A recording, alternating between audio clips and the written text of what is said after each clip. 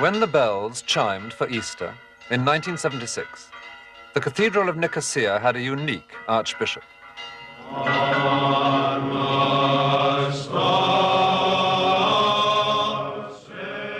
He was church and state in one person.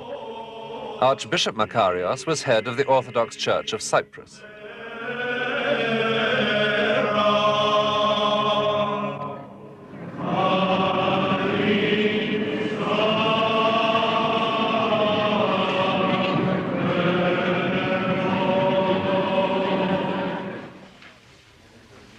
But Archbishop Makarios was also President Makarios, the political leader of the Greek Cypriots.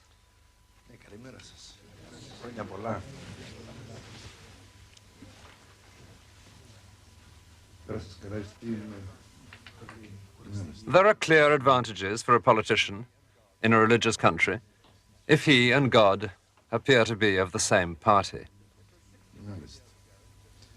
It was 1600 years ago in Christian history that church and state first stood together. The partnership began with the founding of the first Christian empire by the Emperor Constantine. Constantine believed that Christ had helped him win Rome. The result, he turned the Roman Empire into the Christian Empire. The area over which Rome had established control was vast. You could march all round the Mediterranean without ever leaving Roman soil.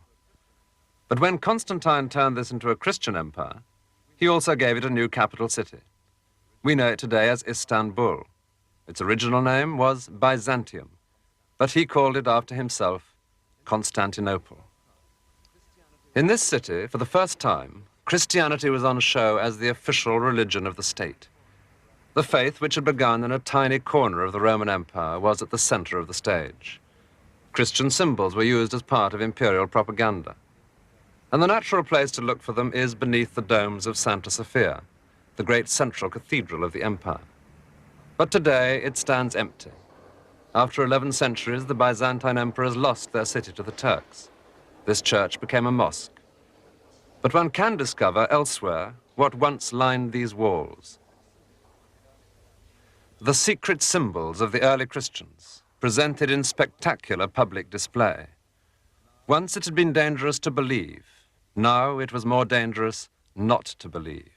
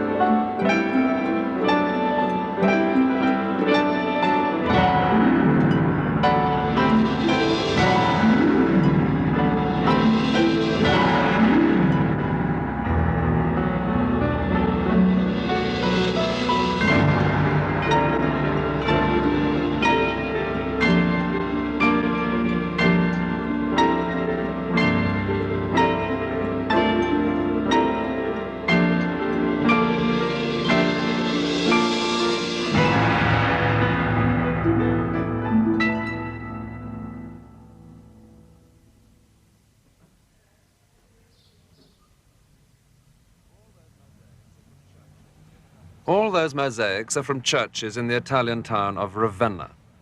This was an important place on the route between Rome and Constantinople. Emperors spent money on this city, and no less than 6 churches survive here, all of them built before the year 600. The Church of San Vitale expresses perfectly the new Christian empire and its propaganda. Here, in the glittering medium of mosaic, could be seen the political hierarchy. Above sits Christ, accompanied by his angels and saints. He sits now in majesty, holding the law, a stern figure, even though he still has the fresh, clean-shaven face of the Jesus of the early Christians. Below is the earthly court, the reflection of Christ's above. At its center is the Emperor Justinian. Like Christ, he has a halo.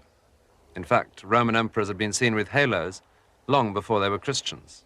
From their point of view, it was Christ, not them, who was the new member of this club. To complete the earthly court, there is also the retinue of the Empress, Theodora. She'd had a lurid sex life before she reached this exalted position, living proof, perhaps, that Christianity welcomed sinners, at any rate when they married the emperor. The hard, jewel-like perfection of mosaic suggested a Christian empire that was not only wealthy, but stable. The implication was that nothing now could unsettle this emperor and his powerful court. Just as Jesus ruled eternally with his angels, so the emperor had his priests and his bishop, Maximian. But the position of Maximian in this courtly lineup makes it plain that the good bishop is a courtier, a yes man, someone who will accept the emperor's interpretation of Christ. And there were a few bishops who rejected this role. Ambrose was the most famous of them. He became Bishop of Milan 1,500 years ago. Today, St. Ambrose lies beneath a church named after him in Milan. And the pilgrims come down to hear about their city's most distinguished bishop, who had the courage to stand up to an emperor. Sant'Ambrogio era il vescovo che aveva sede praticamente, sede vescovile in questa chiesa. Solo dopo la sua morte gli è stata dedicata la chiesa, capite? Infatti vedi San Gervasio e Protaso. Vedete di scorrere un momentino dietro, come ci hanno detto. Let's go. Ecco, il motivo del rosone, se vogliamo, è ripreso lì. Sono i santi, avanti, se no non vedete tutto. E quello è vero, sono due santi, San Gervasio e San Protaso. Va bene? One event from the life of Ambrose became famous as an example of how a bishop could tame a prince. In the year 390, there was a riot in a city in Greece, all because a popular charioteer had been thrown into prison. But during the riot, the governor of the city got killed. The emperor, Theodosius, was in Milan at the time, and he sent orders for a grisly punishment. Several thousand fans of the charioteer were invited into their local circus to see a special performance. When they were in, the gates were locked, and the emperor's soldiers started killing them. At least 5,000 died. When Ambrose heard the news, he told the emperor that he couldn't give him communion until he had done penance for his crime. Well, at first, Theodosius just avoided coming to church, but eventually he accepted Ambrose's terms, and in front of a crowded congregation, he took off his splendid imperial robes and publicly asked for pardon. Well, it seems quite natural to us that a priest should object if one of his parishioners kills 5,000 people. But it required remarkable courage to humiliate, in this way, a Byzantine emperor. Ambrose had hit upon a weapon, the threat of excommunication, which the Western Church would later use again and again to bring rulers to heel.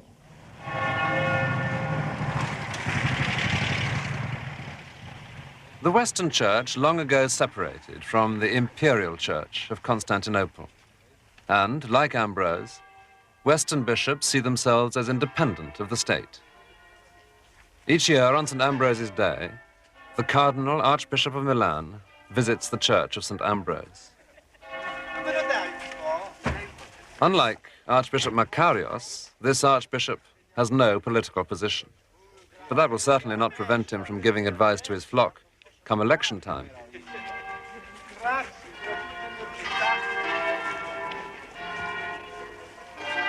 Since the days of Ambrose, the bishops of the Western Roman Catholic Church have felt it their right, indeed their duty, to assert political pressure, whether against emperors, kings, or modern political parties.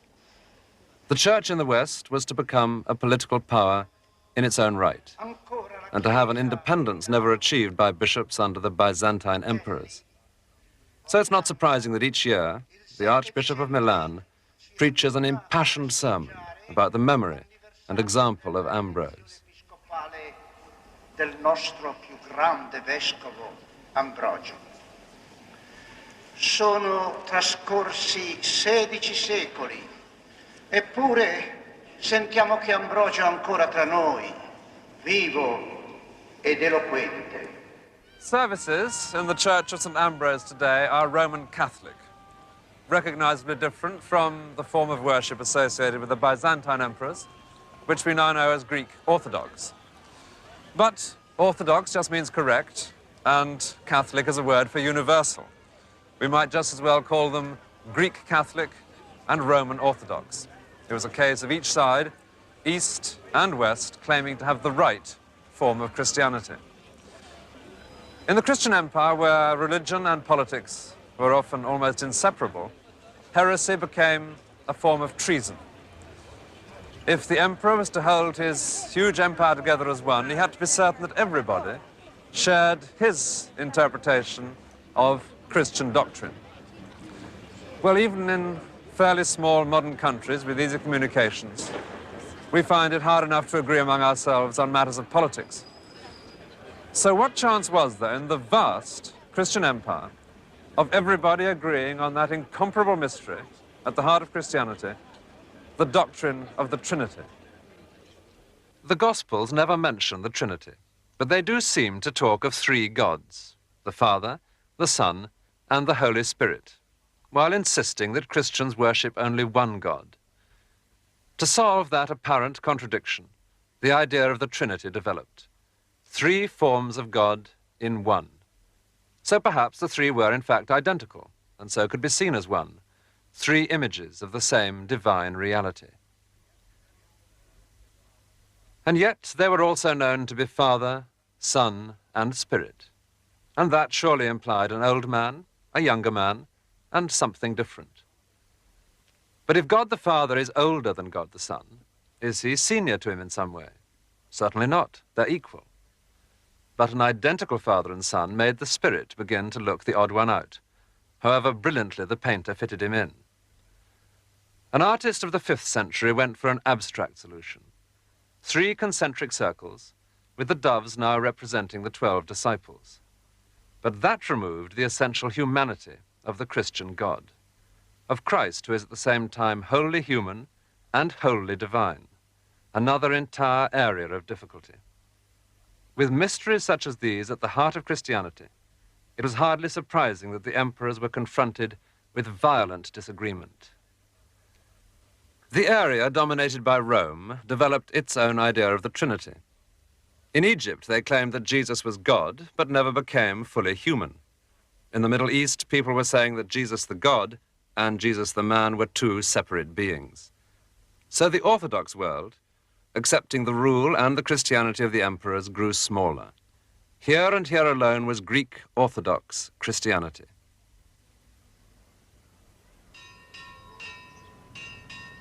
Nestling among the tower blocks of modern Athens is the tiny Greek Orthodox church of St. Theodore, echoing in miniature the roofline of its distant ancestor, Santa Sophia. In this service are all the details which became characteristic of Greek Orthodox Christianity. The love, even the veneration of the holy images. Icon is just the Greek word for a picture.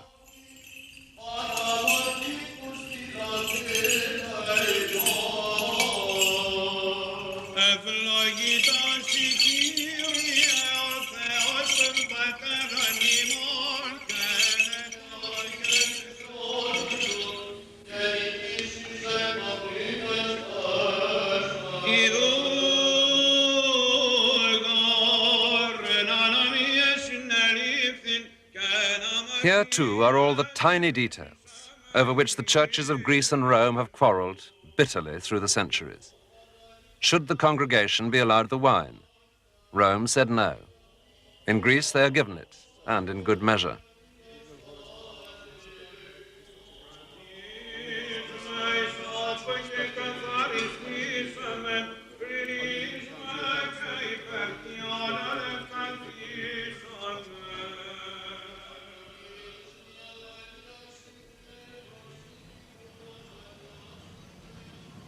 It was not only disagreements over the niceties of theology which caused the Christian emperors trouble in different parts of their empire. There were also hostile armies seizing great chunks of it. Europe and North Africa fell to barbarians from the north. In the Middle East, there were the armies of Islam. And finally, much nearer home, the Turks. They encircled Constantine's city. In 1453, they captured it. Today, only Greece and Cyprus are still Orthodox out of Constantine's whole empire. And recently, even Cyprus has suffered further losses to the Turks.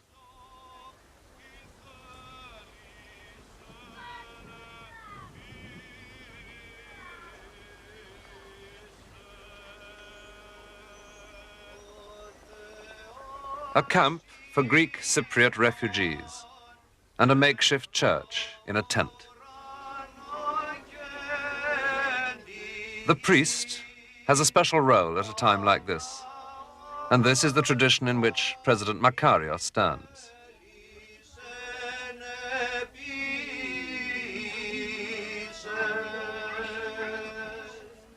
When Constantinople fell, the last emperor died in the fighting. So the bishop, the second in command, became the natural leader of the dispossessed community. The original Christian empire had ceased to exist, but its traditions had long ago found an unexpected new home in distant Moscow.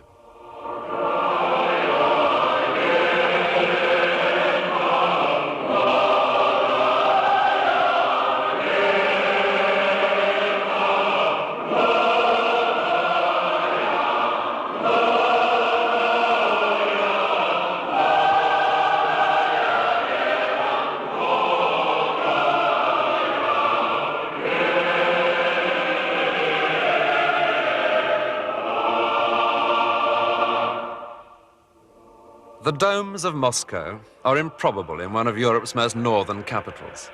They derive from Constantinople, whose Orthodox Christianity Russia adopted in the 10th century. Here until 1917, the Christian empire survived. An all-powerful emperor, supported by his bishops, ruled from his castle, the Kremlin.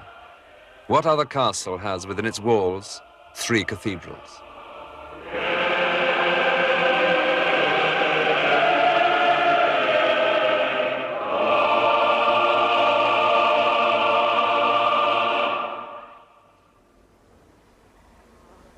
The little town of Suzdal is like a museum of the Russian Orthodox Empire.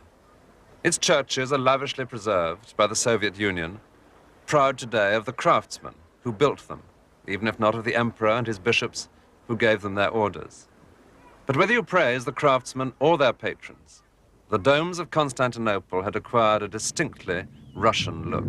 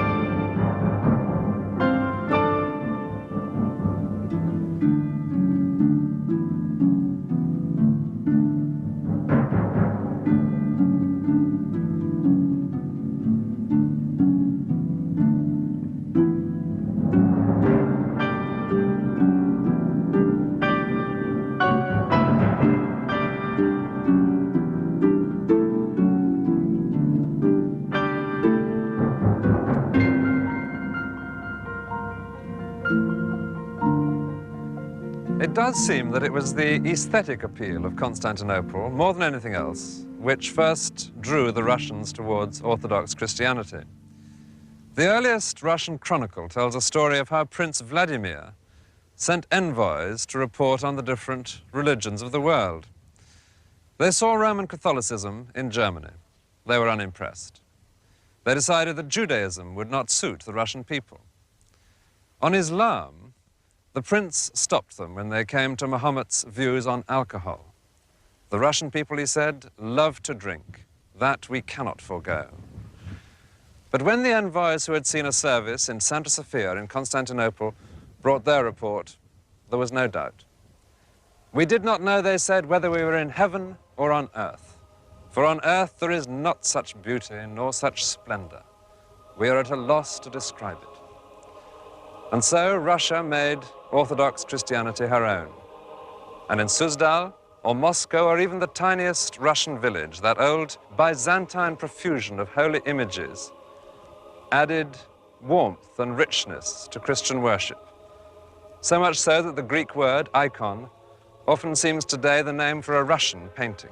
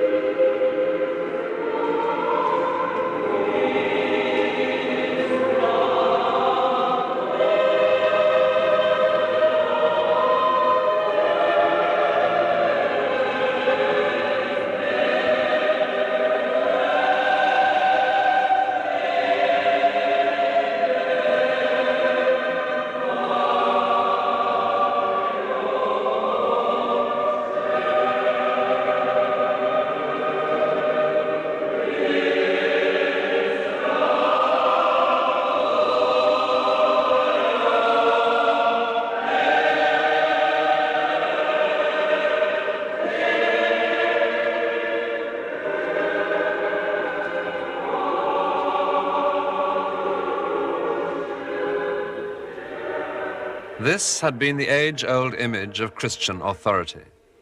Today, the last emperor has gone, but his patriarch survives like a living icon.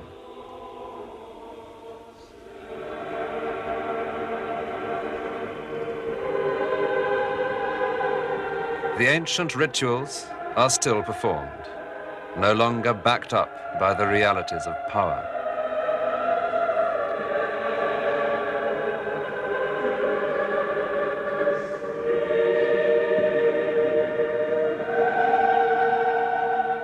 The Christian empire survives only in its images.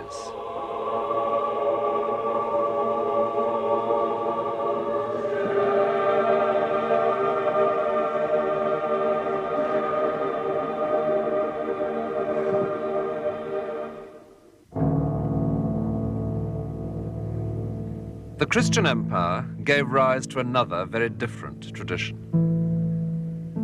Into the arid, empty Egyptian desert came men who rejected the gold and the glitter. They were the first Christian hermits, following the example of St. Anthony, who lived in the 4th century in this cave. Their way of life emphasized the difference between the Christian empire and the Christian Gospels. Here in the desert, Anthony grappled with the devil as Jesus had, and his friend Athanasius described how Satan came at him in many strange forms. He came one night with demons and lashed Antony so unmercifully that he lay speechless from pain.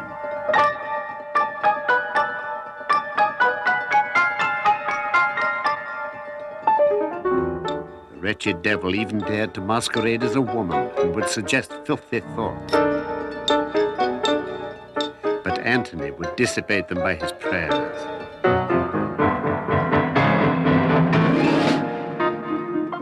It was as though demons were breaking through the walls of that little chamber and bursting through in the form of beasts and reptiles.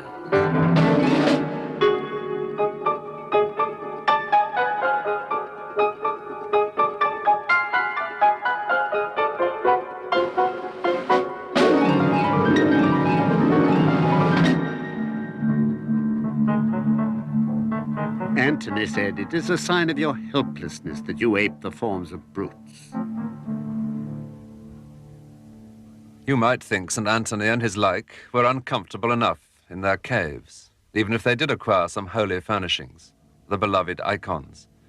But others soon outdid them in terms of discomfort. It was in Syria that hermits first decided to live on tops of pillars. They were the famous stylites. The first of them, St. Simeon, spent the last 20 years of his life on top of a column 50 foot high with nothing but a railing round the top to prevent him falling off. His fame was such that people came from miles around into the Syrian desert to hear him. Every afternoon, a crowd would form at the foot of his pillar, and people would shout up to him their problems, their worries, their fears, and the saint would yell back his advice. It was the first agony column, and soon the deserts were full of people living on top of pillars. Even asceticism goes in fashions. But the real contribution of monks in Christian history would come not from individual hermits, however dramatic their particular form of isolation, but from monks grouped together in monasteries. And it was here in Egypt, during the lifetime of St. Anthony, that the first Christian monasteries were founded. Below the rocky hillside on which St. Anthony had his cave, there has been for 15 centuries a monastery named after him, St. Anthony's, a walled fortress against Satan. In the early centuries, anyone who had struggled through the desert to visit the monks could only get inside these high walls by being hauled up on a rope. Nowadays, things are slightly less complicated.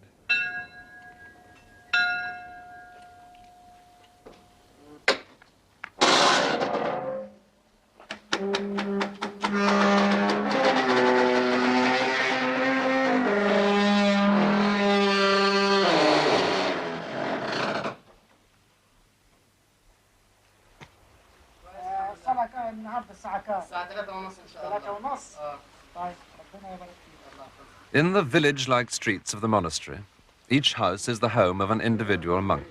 In it, he lives alone, prays alone, and normally eats alone. It is chiefly for the services in church that he joins his fellow monks.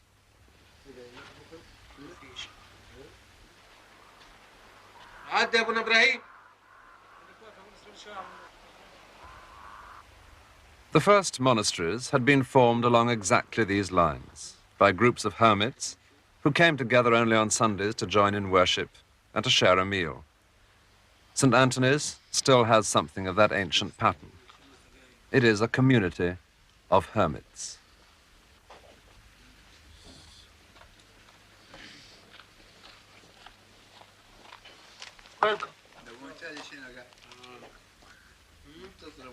These desert fathers now live in a well-developed oasis. No caves, no unpleasant pillars. But within these walls are the eternal ingredients of Christian monasticism. Lives of self-denial, devoted to God, with the pattern of each day defined by the regular call to worship.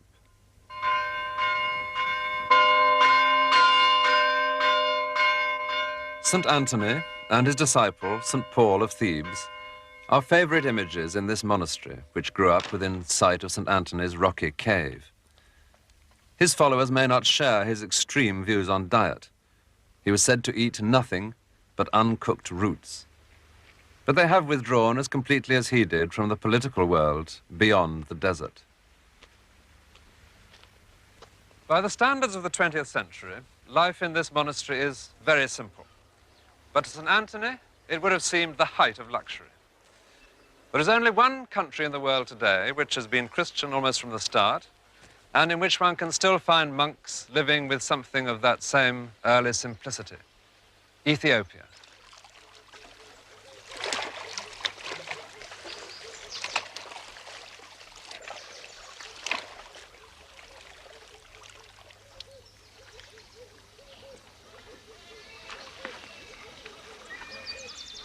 An Ethiopian monk makes his way to one of the island monasteries on Lake Tana.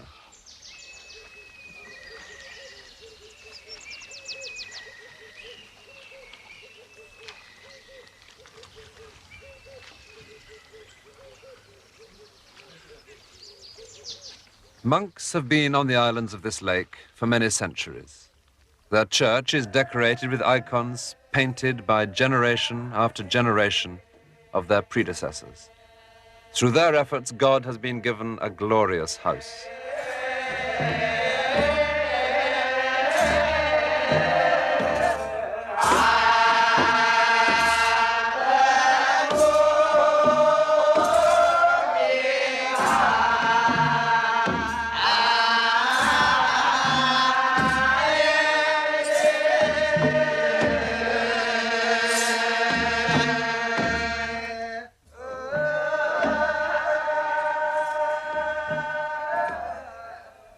አሁን በቀባው ነጭ ቀለም የፈረሱ ቀለም ነው። ያኛው ቅድም የቀባሁትኝ ቡላ ቀይ የልብሱ መጎናጸፊያ ጨርቁ ነው። ይሄ ነጩ ቀለም ነው። ያኛው ደግሞ The good work continues in the way handed down through the centuries. But the life of the monks themselves has changed very little with the passing years. The monks of Lake Tana have chosen the remoteness of islands, just as St. Anthony retired to the inaccessible Egyptian desert. Lake Tana stretches 50 miles in the center of Ethiopia, a country which was ruled until 1974 by a Christian emperor. There are about a dozen separate islands here, each of which is a monastery, secure within its own shores. Daga Stefanos is one of the earliest and most important of the island monasteries. Poverty is a fact of life in Ethiopia, but it imposes on this monastic community an existence very similar to that chosen by St. Anthony and his followers. The monastic life is supposed to be simple. Here, it has to be.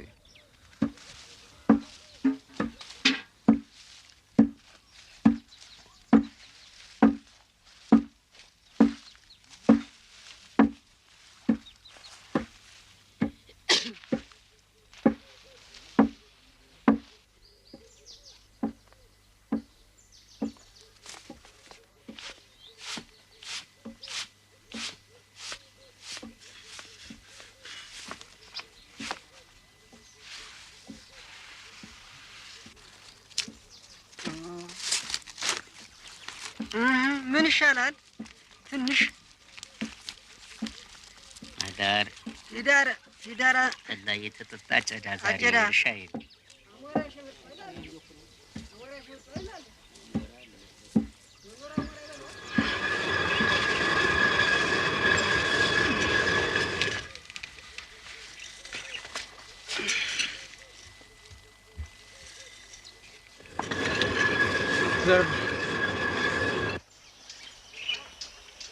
The head of the monastery is chosen by his fellow monks, and he keeps that position for the rest of his life.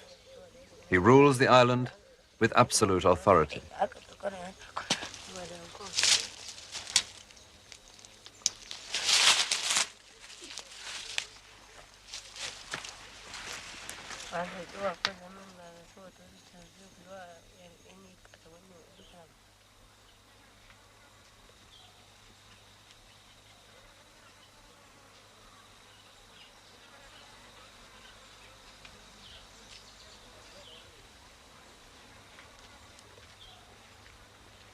At the top of the hill, nearest to God, stands the church with its characteristic Ethiopian cross.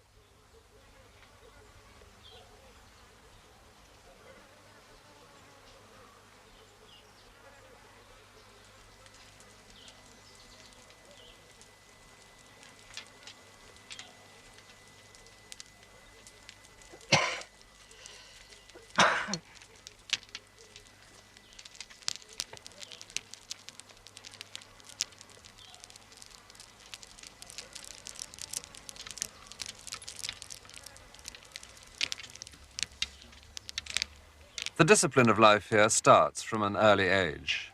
Outside, a monk listens as boys read stories from the Bible or tales of Ethiopian saints.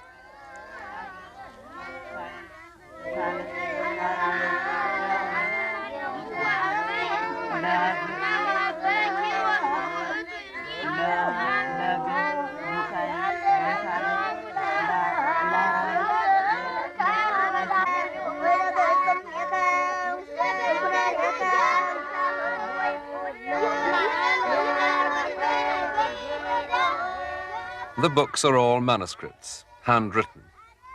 Without the invention of printing, it's not possible for everyone to study the same book at the same time. So each boy reads aloud from a different text. Droning your way through these stories until they're known by heart is the basis of education here.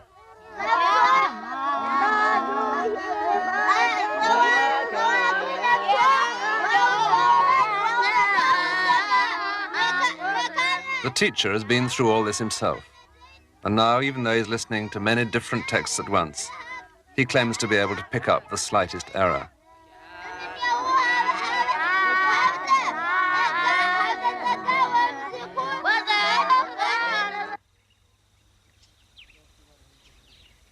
For the boys, this is the beginning of an entire lifetime, spent on one island and with one purpose: devotion to God.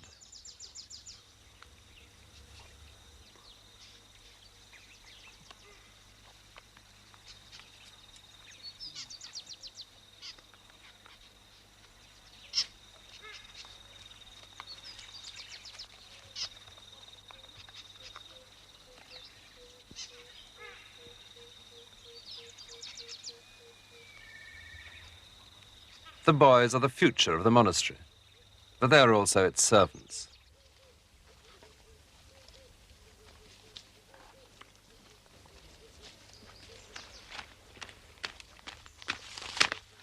Many of them are orphans or children of poor families, sent here for their only chance of an education.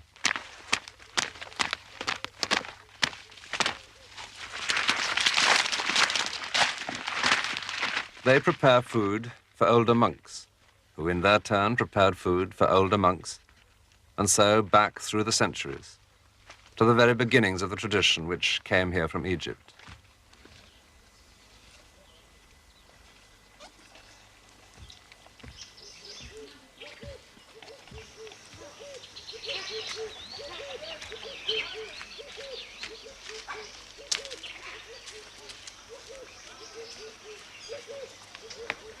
It was the young students and followers who kept St. Anthony alive, high in his rocky cave, bringing him food up the steep hillside in return for words of wisdom or advice.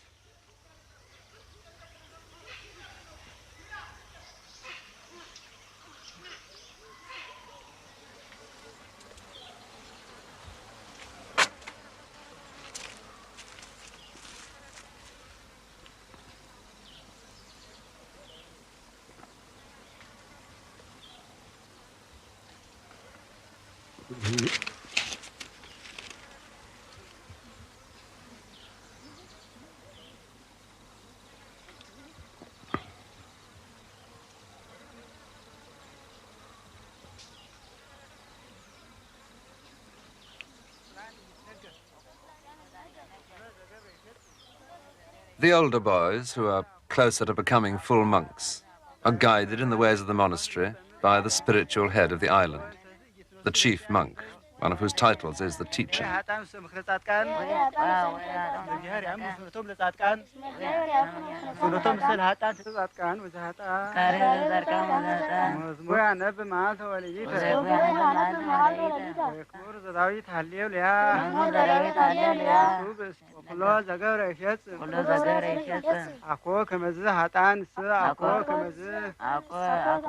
In every monastery in the world, the day is punctuated by regular periods of worship or prayer. But here there are no clocks, no watches, only the sun. If the length of this monk's shadow is right, a moment for prayer has arrived.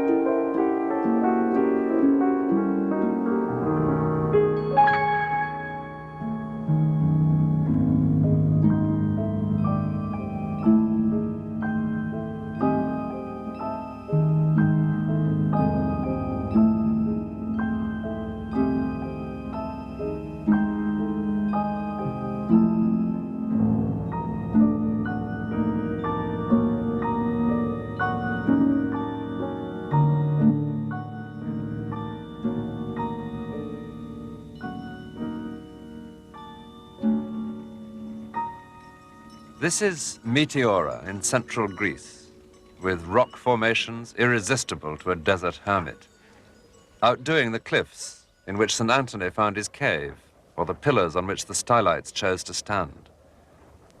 But this is in the very heart of the Greek Orthodox Empire, 16 rich centuries later, where each stylite once stood alone on his precarious pillar, entire monasteries now perch on top of pinnacles of rock. The earliest and the largest is the Great Meteoron.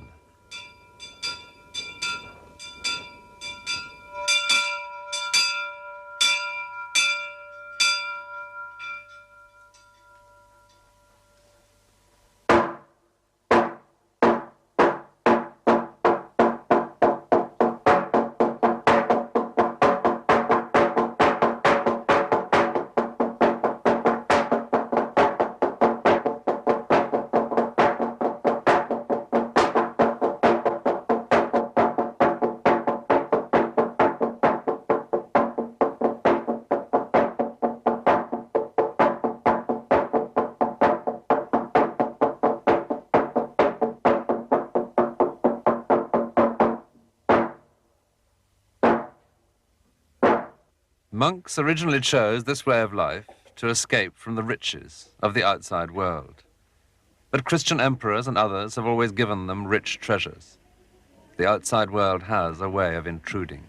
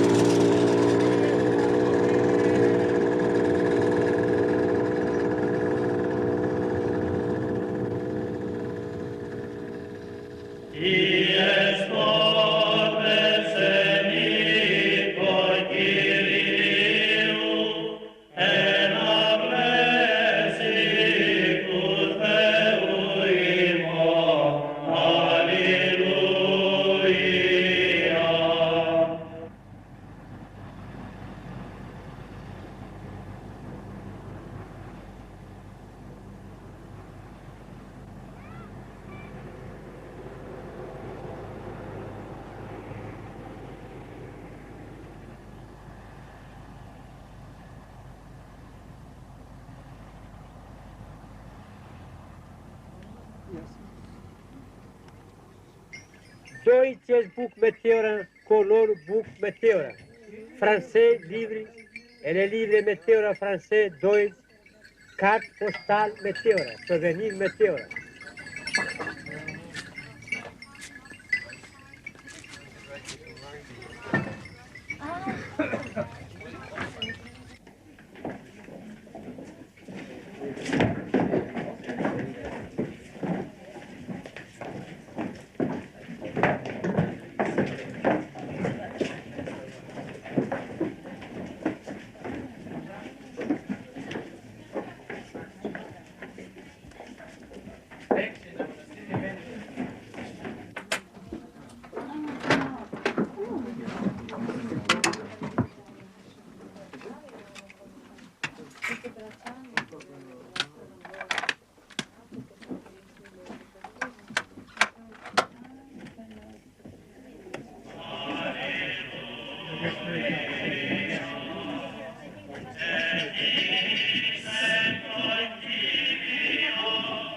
Και έκτισε ένα μικρό εκκλησάκι και ένα μικρό κελάκι στο οποίο έμεινε. Εν τω μεταξύ, σε όλη του τη ζωή καθημερινώς άνοιγε τον τάφο του. Αυτό που θα τον θάβανε, δηλαδή όταν θα πέθαινε. Μάλιστα. Το θάβανε μέσα. Ιωάννης Ούρεσης Κομνηνός Παλαιολόγος και έγινε μοναχός με το όνομα Ιωάσαφ.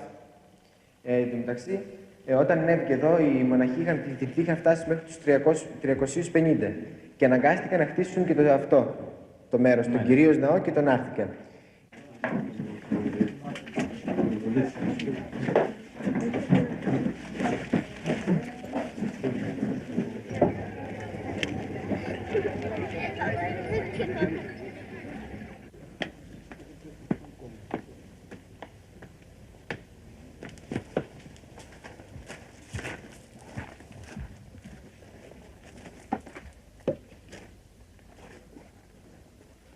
At the end of the day, the outside world claims back the tourists.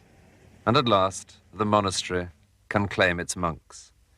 Αδελφέ, όταν αργήτης σχολάζει τις ερχομένης προς αυτόν λογισμής. The traditional reading, to concentrate the mind once more on sacred thoughts, even if the hands are busy with tomorrow's souvenirs. Εάν δε ο αντίδικός σου προλάβει, ζυζάνει αντίσή του, αληθής εν αυτό.